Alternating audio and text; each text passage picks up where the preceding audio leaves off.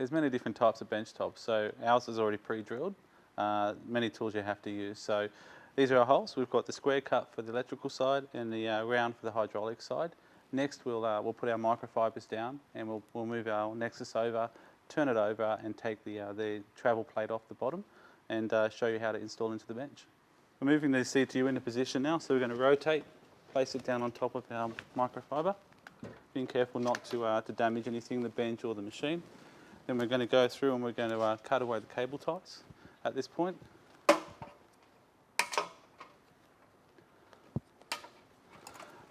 So this will allow us to remove our cables.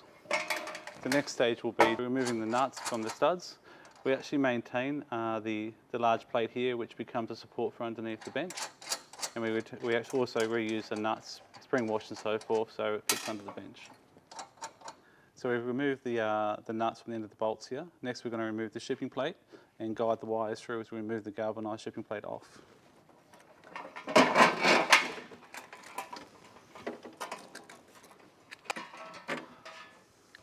Next step is to lift and turn.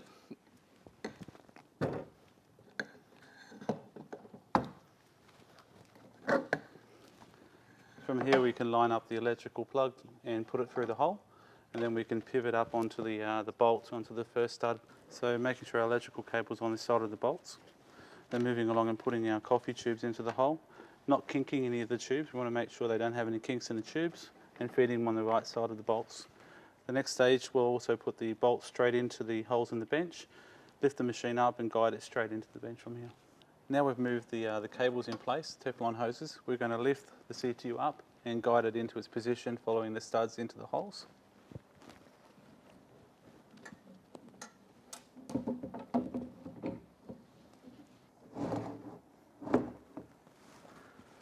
With the countertop unit in place, we're going to use our torque wrench, maximal steady 50 Newton meters on the torque wrench, and we're going to place our supporting brackets using our washers, spring washers, up underneath the countertop unit, holding the unit into the bench.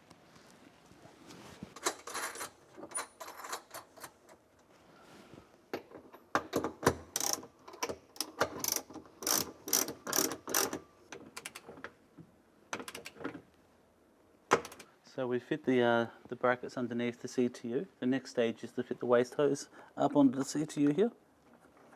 Screwing that up into place.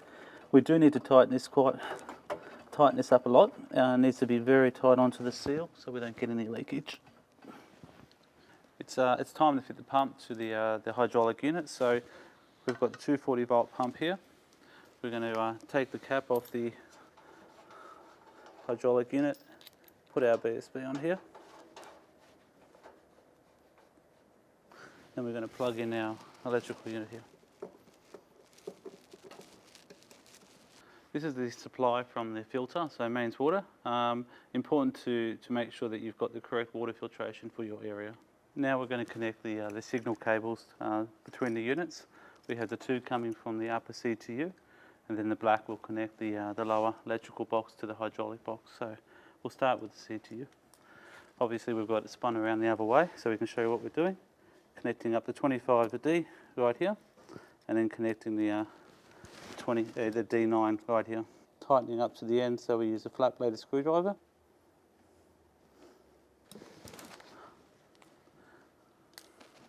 These are directional, so you can't get it wrong. Black one goes to the under-counter hydraulic box. Plenty of length so that when you're doing servicing, if you need to separate them, you can use the length to do your servicing if need be. Probably tie these up underneath the unit in a short time. Something like that. Remembering we're hooking up to a high voltage, we have to make sure we use a qualified electrician or technical person to hook up the machine to the power supply. Got to also remember to hook into our expansion pipe. So as water expands in the machine, we have a drain. This is our expansion drain right here.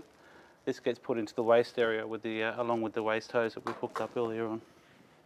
So now we're going to put in our steam output, which goes up to the CTU. So inserting into the swivel fitting, making sure to push in all the way. We use emery paper just for a bit more grip on the pipe, just to make sure we get it all the way home. Same for the hot water. Same for our coffee ins as well, and then our steam return. So now it's time to plug in our coffee tube, remembering they are directional. One needs to go to 1, 2 needs to go to 2. They are marked, so we're just pushing them straight into the fitting there. Again, if you need to use emery paper, best way to make sure we get a good feed is to use emery paper on there. And just pushing them straight home. They direct the water straight up to the coffee machine. This is our steam in, steam out and hot water here, so we'll connect those up as well. Inserting the 24T electrical plug. So now we've got everything connected in the back. Just another key feature is the adjustable legs to fit space.